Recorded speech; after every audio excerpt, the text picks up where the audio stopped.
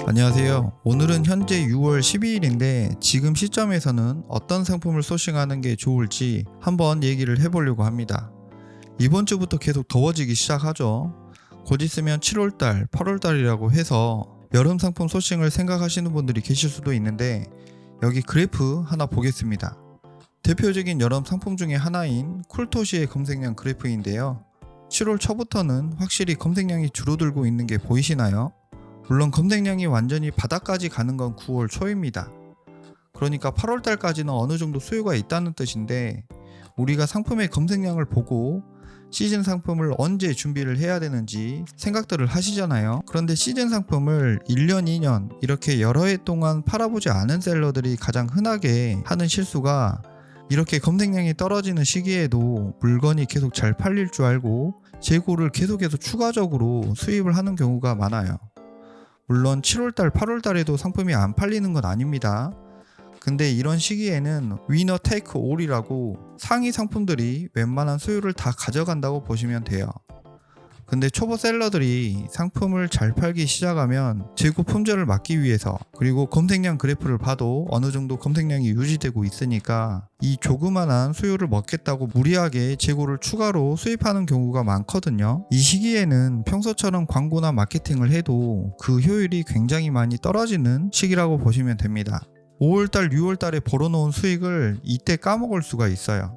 그래서 차라리 6월 말, 7월 초까지만 깔끔하게 재고를 다 팔아버리고 이때부터는 모든 광고를 다 끄고 돈이 나가는 거를 최소화시키는 게 더 나을 수도 있습니다. 물론 광고를 꺼도 웬만큼 팔리던 상품들은 관성이 유지되는 것처럼 소소하게 팔리니까 딱 그 정도로만 운영하시는 게 가장 효과적이라고 보시면 돼요. 어찌됐든 현재 시점에서는 어떤 상품을 소싱해서 준비하는 게 좋을지 생각을 해보면 제 경험상 시즌 상품이 아닌 사계절 상품이나 초보 판매자라면 겨울 상품을 지금부터 조금씩 준비하시는 게 좋습니다. 물론 시즌 상품을 많이 취급해보시고 경험이 어느 정도 있는 셀러라면 소싱부터 판매 준비를 착착 하실 거니까 겨울 상품을 7, 8월 달에 준비하셔도 좋지만 초보 셀러는 준비하는 과정이 느릴 수밖에 없잖아요. 그래서 남들보다 먼저 시작하는 게 여러모로 실수 없이 준비가 잘 되겠죠. 보통 우리가 상품을 소싱해서 판매 준비까지 하려면 한 달 정도 시간이 필요하다고 보고 제가 추천드리는 건 사계절 그러니까 시즌을 안 타는 상시 제품을 준비하시는 것을 추천드립니다.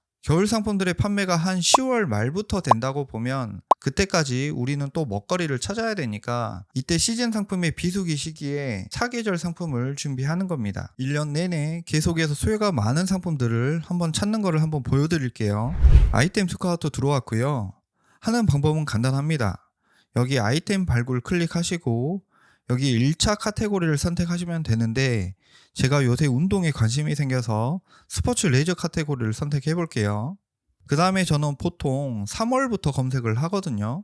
과거를 선택해서 작년 데이터를 한번 보자고요. 3월부터 시작을 해서 12월까지 선택을 해보겠습니다. 조회를 누른 다음에 검색수로 정렬을 해주시고 이제 여기서부터 브랜드 키워드는 그냥 건너뛰면 되고 상품의 대표 키워드들만 쭉 한번 훑어보는 거예요.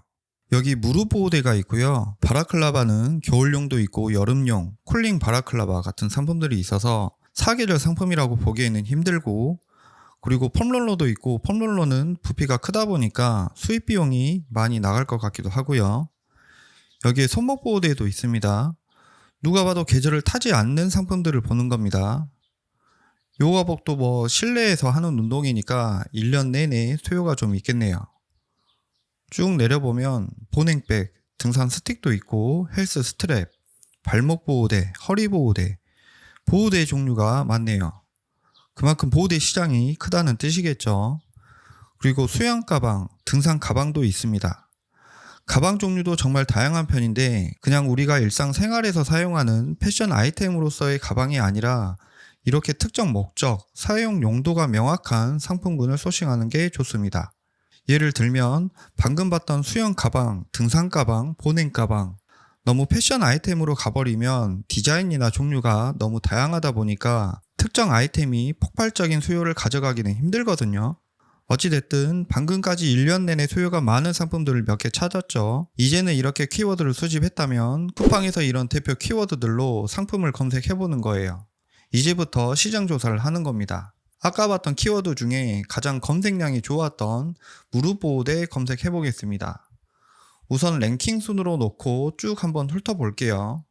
무릎 보호대 시장은 여기 잠스트라는 브랜드 상품 제외하고는 유명한 대기업 브랜드 상품들이 없어요. 이런 브랜드들도 대기업에서 출시한 브랜드가 아니라 우리 같은 셀러들이 그냥 만든 브랜드라고 보시면 됩니다. 근데 일반 소비자들은 본인이 모르는 이런 브랜드가 있나 보다라고 생각을 하시겠죠. 상품들을 랭킹 순으로 보셨으면 이제는 판매량 순으로도 정리를 해보겠습니다. 근데 전반적으로 보니까 무릎 보호대라고 해도 그 형태들이 다양한 편이거든요.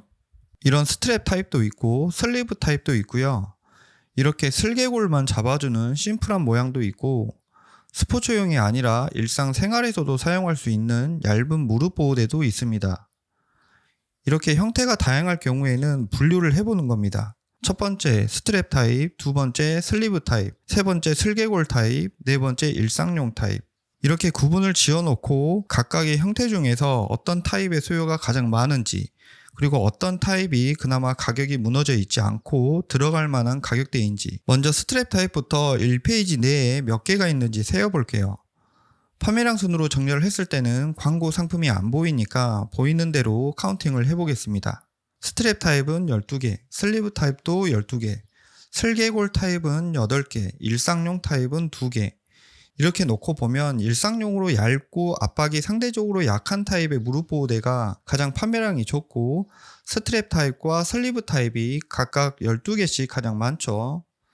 판매량 순으로 정렬을 했을 때 1페이지 내에 이런 타입들이 많다는 건 그만큼 사람들이 많이 찾는 수요가 많은 타입이라고 보면 되겠죠. 그러면 수요가 많은 스트랩 타입과 슬리브 타입의 평균 판매가를 살펴보겠습니다.